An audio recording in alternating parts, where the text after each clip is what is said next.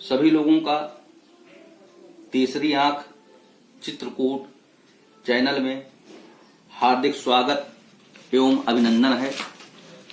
जय श्री राम।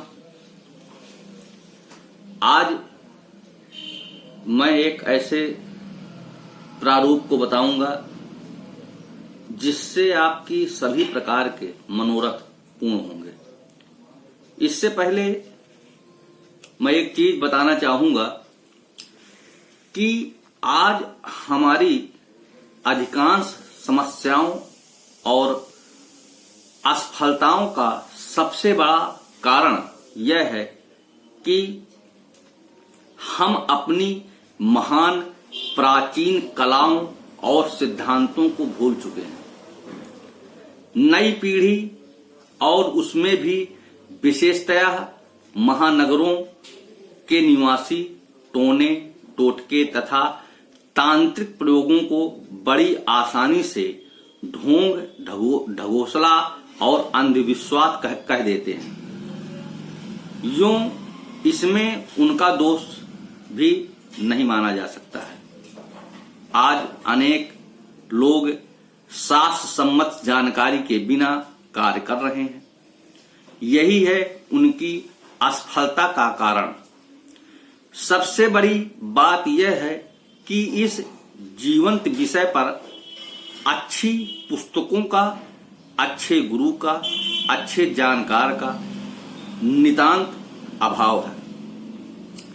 किसी भी प्रकार के रोग या समस्या के समाधान की चेष्टा हो अथवा किसी लक्ष्य की प्राप्ति के लिए प्रयास, शीघ्र और पूर्ण सफलता उन्हीं व्यक्तियों को मिलती है जो लौकिक एवं आध्यात्मिक दोनों स्तरों पर सटीक प्रयास करते हैं। धर्म के क्षेत्र में दान, पुण्य, संत महात्माओं की सेवा, दूसरे व्यक्तियों की सहायता, असहायों की सहायता, गौ की सेवा, गंगा की सेवा आदि, जप व भजन तथा तपस्या आदि आध्यात्मिक कर्म हैं, जबकि ईश्वर आराधना, जप व भजन तथा तपस्या आदि आध्यात्मिक कर्म हैं। ठीक इसी प्रकार धन वैभव, मान सम्मान तथा अन्य भौतिक उपलब्धियों की प्राप्ति के निमित्त किए जाने वाले प्रयास लौकिक कर्म हैं, लेकिन इनकी प्राप्ति हेतु किए जाने वाले टोने टुटके, मंत्र एवं तंत्र सिद्धि तथा साधनाएं आध्यात्मिक कर्म हैं। मैं आपको एक चीज बताना चाहूंगा। जिस घर में ब्राह्मण का, गौ का, संत महात्माओं का, गुरु का असम्मान होता है, वहां के लोग हमेशा, उस घर के लोग हमेशा दुखी ही रहते हैं।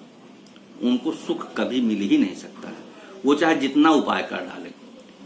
मैं आपको एक चीज और आज बताऊंगा। हर व्यक्ति को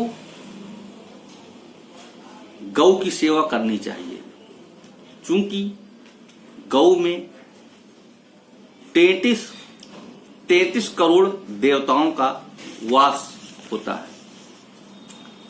गाय हमारी माता है, सब लोग जानते हैं, लेकिन कोई सेवा नहीं करता है। मैं ये नहीं कहता हूं कि आप लोग गाय पाल लीजिए, अगर आपके पास जगह नहीं है तो आप कहां से पालेंगे। लेकिन हर व्यक्ति को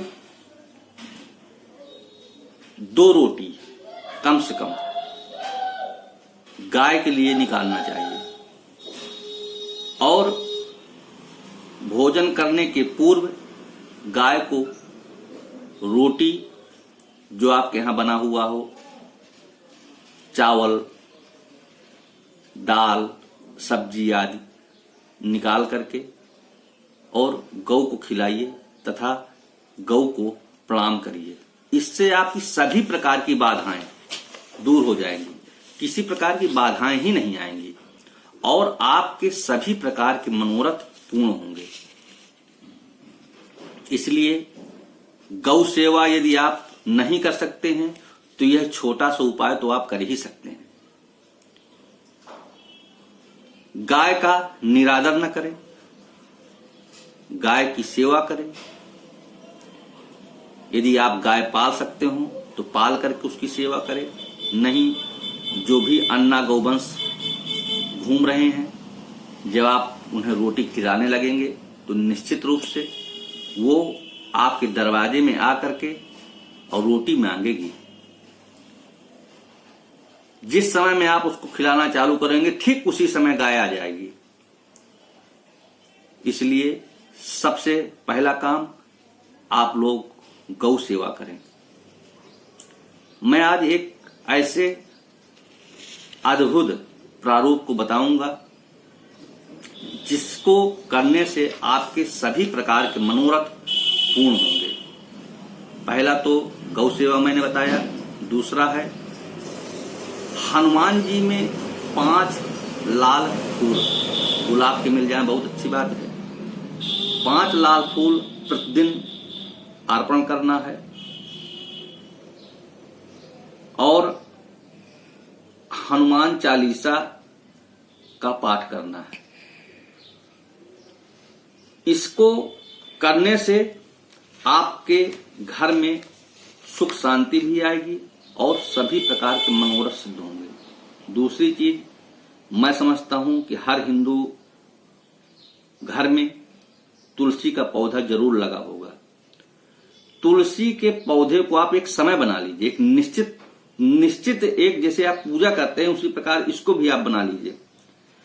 तुलसी यदि गमले में लगा हुआ हो या किसी अन्य चीज में लगी हुई हो तो आप प्रतिदिन सब लोग तुलसी में जल छोड़ें। सुबह नहाने के बाद तुलसी में जल छोड़ना है और शाम को माताएं एवं बहनें तुलसी के पेड़ के पास घी का दीपक अवश्य जलाएं। आप देखेंगे चमत्कारिक प्रभाव आप देखेंगे। सब लोग जानते हैं ये करना चाहिए लेकिन नहीं कोई करता है। इसको आप लगातार 40 दिन तक कर लीजिए, आपकी सभी प्रकार की मनोकामनाएं पूर्ण होंगी, चाहे जैसी भी मनोकामना हो। पुनः होली आ रही है, होली में सभी लोगों को मेरा प्रणाम, सभी लोगों को हार्दिक शुभकामनाएं। होली आपका बहुत अच्छा बीते, भगवान से मेरी यही प्रार्थना है। जय श्री राम।